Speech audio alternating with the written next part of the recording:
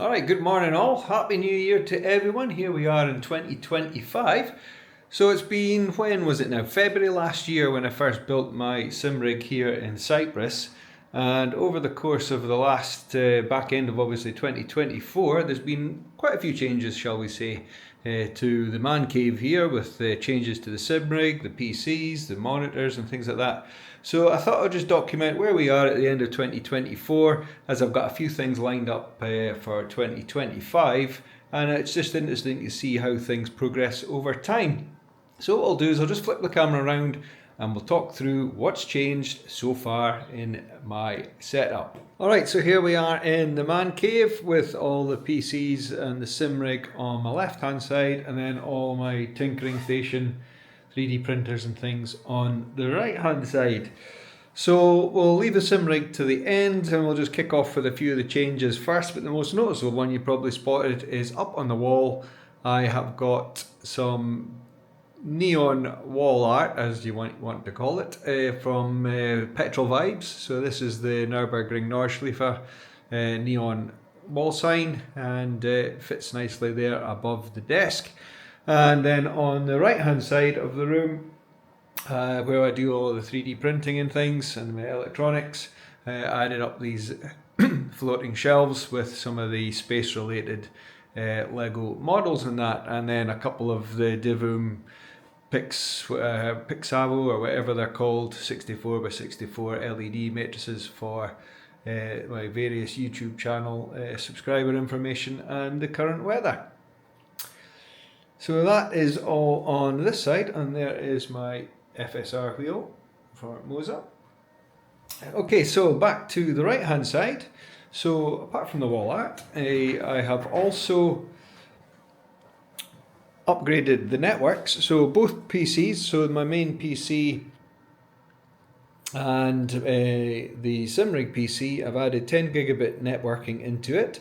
As you can imagine, shoving a lot of video files and image files, whether it's from the sim racing stuff or the gaming or from my astrophotography channel, across the networks does take a lot of time with some of these big video files.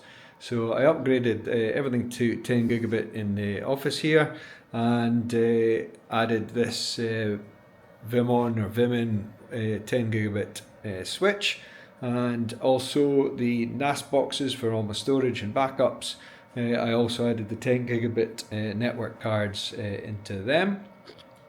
And I also, as you can see, I added a second NAS. So I've got my main primary NAS, which contains all my main active image data and everything. And the secondary NAS is a backup, but it automatically does a full backup every night and also runs constant snapshotting. So the network then just goes back up to my original MikroTik router, and then goes off into the rest of the house and out onto the internet.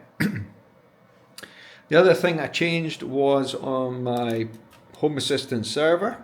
So I upgraded it to a Raspberry Pi 5 and also put an NVMe hat inside it, and then it works a lot better compared to the Raspberry Pi 4. Underneath the desk, I've got my UPS system. So I've actually got two UPSs. The top one there, the APC unit, they got a little bit temperamental with the weather and things here in Cyprus, and the one over here, it actually malfunctioned, so it seems to want to shut down randomly. So I don't know if there's something wrong with it or whatever it is. So I took it out of the equation and I added in this CyberPower, I think it's an OE or an OA 3000 unit. So the main CyberPower unit does all the networking and the PC, and the main PC on the left, and then the top one is only for the center monitor, so that in the event of everything going down, I still have access to the PC, and so I can shut everything down cleanly, etc. And it also means that I can shut that top UPS unit off completely when I'm not in country, because I don't need it running, and it'll only be there to protect the networks and the NAS unit. So that is the desk.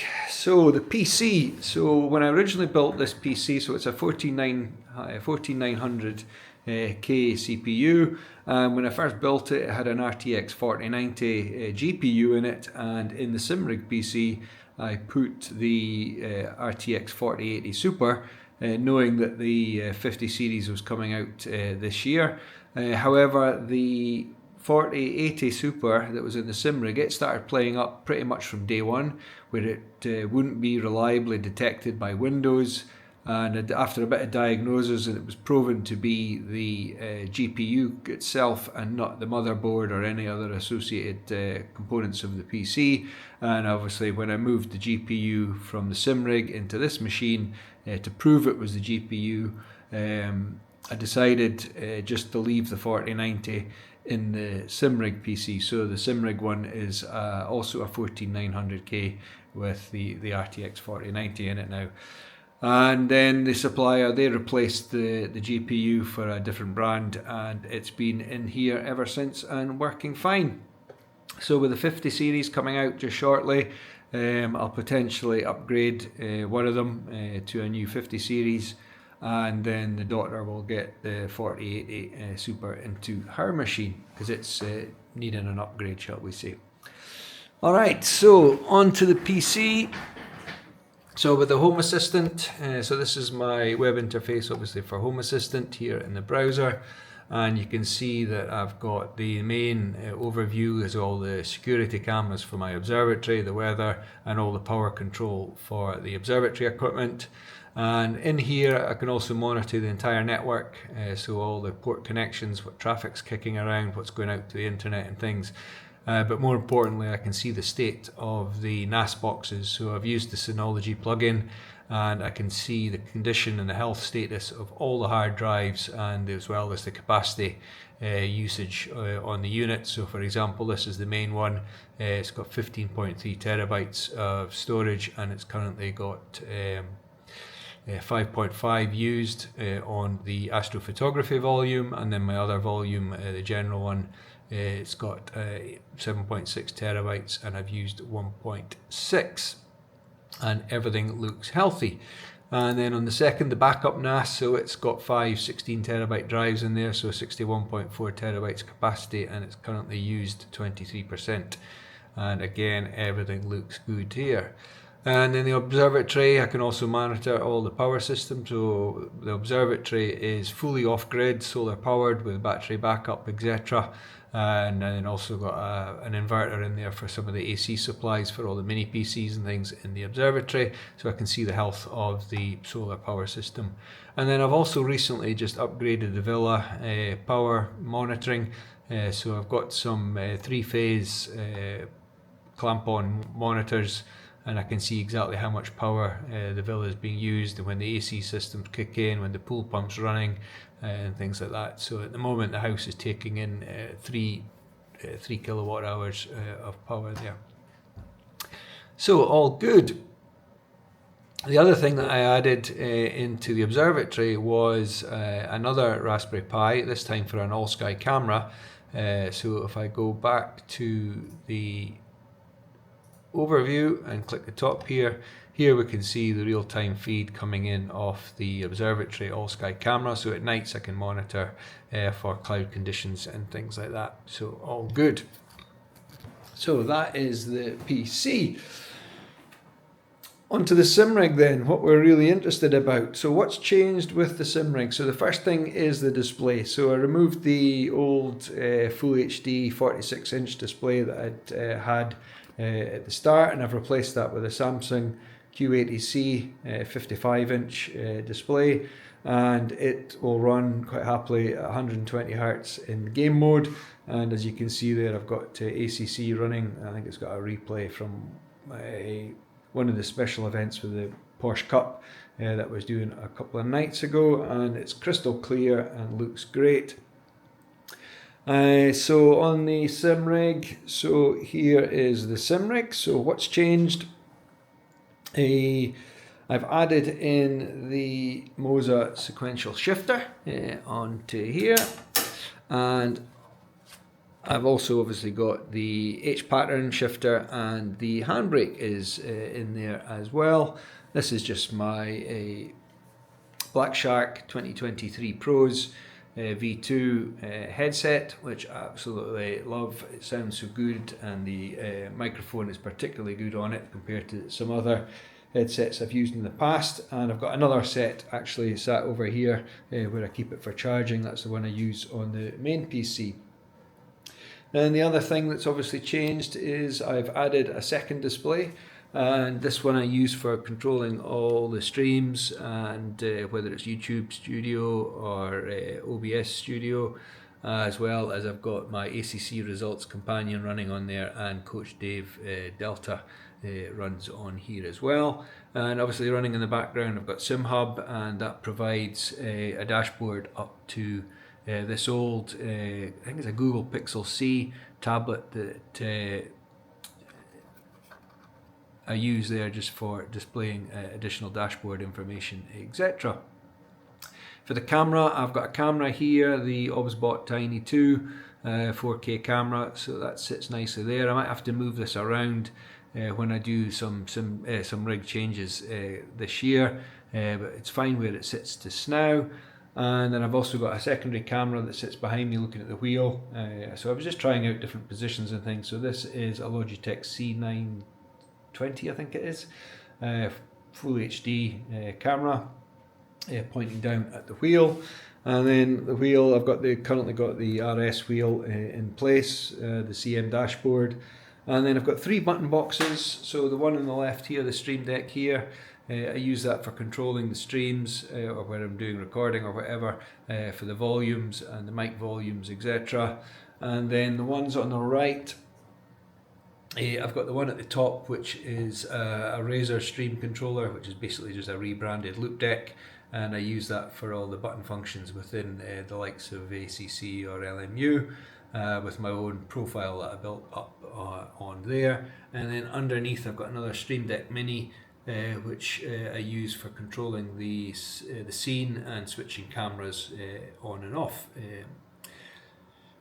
And they're mounted onto the SimRig console, so I 3D printed these brackets, which I can then just slide onto the chassis of the SimRig, and then these just sit on, and I just put some black electrical tape there just to hold them in place. And then this one is actually a double decked 3D printed, so I can get the two on the same mounting position, and it works great. What else is there? Obviously got the eStop button down there for all the Moza gear, and the keyboard tray and the mouse tray at the other side.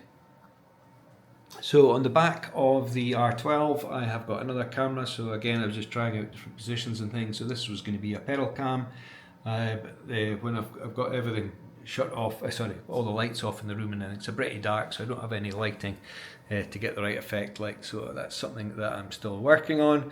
And then buried in the back there you can see the main SimRig PC, with the RTX 4090 sitting in there. Both the PCs use the Lian 011 dynamic XL cases. Nice big, plenty of room, lots of space for fans and everything. And obviously with the 14900K and the RTX 4090 on full speed when it's pumping out the games, it does get extremely hot in this room, and that's why I've got obviously a fan sat here that blows nice cool air, particularly in the summer. And then there's also a roof fan up there somewhere, there we go, to help try and keep things cool. But it is an absolute nightmare in here in the summer, and it'll easily hit the high 30 degrees, so 38, 39 degrees C in here, and even the AC in the room struggles to keep up. Mounted onto the legs of the monitor stand, I've got 2 Nobsound amplifiers for controlling the haptics on both the seat and the pedals. So on the back of the CRP pedals I have got Monacor AR-30 haptics, or exciters, whatever you want to call them. just cable tied onto the back of the pedals, and they do sit fine. Sometimes I need to just slide them up a little bit, but I'm going to see if I can fabricate some sort of 3D printed bracket or whatever to try and get them to sit more securely, but they work fine, no problems. And I did have to replace one of them. The way the cables are set up in these heads, with the flexing of the pedals, it eventually broke one of the connectors. Sorry, it's not the connectors, the wires. They're just straight into the metal chassis of the exciter, and they're pretty fragile. So what I ended up doing was folding it over around the body of the exciter and then taping it up tight with some thick electrical tape, just to stop the flex there on the point that enters the housing. And then I also put some RCA plugs into the cable, because these are obviously twisted on to the mounting foot. So when I just had a big run of cable back to the amplifiers, it was a bit of a pain to remove them when I was doing any tweaks or anything. And then the other thing that I recently did on the pedals, so on the brake pedal, I replaced the standard default spring, the yellow spring, for the red spring. And I was just trying to get some better control in my trail braking and things, and that did make a difference. So I'm just still trying to get a bit used to that, but it has made an improvement. I've managed to improve a couple of my PBs on some of the tracks, just being able to have that better feel in the brake. So yep, that's the AR-30s on the back of the pedals. And then I've just got this little USB hub that sits down here for all the various USB connections. And one issue that I did find with the Nobsounds was if they were both connected into the same USB channel or controller, Windows gets a little bit shitty with it and you sometimes lose one of them. But I split them out onto the two separate controllers, and it seems to be behaving a lot more. Although sometimes SimHub picks up a different name and I have to just remap some of the feedback in the software there to get the right channels going to the right effects. And then on the seat, underneath the seat, let's see if I can see it. It's a bit dark under there, but you might be able to pick it out. But there you can see the two AR-50 Monacor exciters on the left and right of the seat, just where my bum cheeks basically sit. And I get the road feel and all the curbs and everything coming through on either side of the car just fine. So when I was talking earlier on about the excessive heat in this room, one of the little projects that I tried, still not fully completed it yet, it was merely a proof of concept, was this HVAC fan. So what I intend to do is to build a little frame around the PC or above the PC so I can extract the heat straight away out of the room rather than having to then let the AC deal with it. Because as I say, here in Cyprus in the summer when it's 30 odd degrees, almost 40 degrees outside, and the AC's blasting and the heat's pumping out from the PCs, you don't stand a lot of chance of keeping the room cool. So what I did was I got this HVAC fan. It's got a variable speed control on it, and basically I open the window, I put this into the window frame and shut the window again to hold it in place, and that can extract the heat straight out from the PC and out the window, so it's not actually putting any heat into the room. So what I want to do is expand this duct onto both PCs, and particularly in the summer, pull all that heat straight out the room. Alright, so that is pretty much the state of the sim rig. I don't think I've missed anything. So what issues have I still currently got is the monitor height. So the monitor is actually at its maximum height in terms of the length of the legs. So I have ordered up some replacement aluminium profile rails, and I'm going to raise the monitor up probably about 6 to 8 inches in this current setup. So because at the moment I sometimes find myself having to peek over the top of the pedal base, the wheelbase, to see some of the information depending on which game I'm in. Particularly on LMU, I've noticed that the dashboard setup is way down low at the bottom of the screen, and I struggle to see it. And we'll see how that goes. The other thing I want to do potentially this year is, as I mentioned, is the RTX series cards coming out, so I might look at potentially going up to triples, but I'm struggling for space in here, so I'd probably have to move the desk around and then put this in at a different angle, the sim rig in at a different angle, but we'll see what happens this year. And then the other thing that I'm thinking of doing is potentially looking at some motion on the system. So that again will also change the height of the display, and obviously I need a bit more clearance around the rig so I don't smash into the PC and things. And also the PC being in this back corner is an absolute nightmare to work on if I want to clean it or do anything. It's really hard to get the filter in and out and things like that, so yeah, it definitely needs to move out of this corner. So I was thinking of mounting it on a shelf underneath the monitor, depending where everything finishes up. So we'll see how it goes. Alright, so that's where we are in the cave, and we'll see what this year brings. So in the meantime, thank you very much, and we will see you online on Racing Somewhere. So have a good day. We'll catch you later.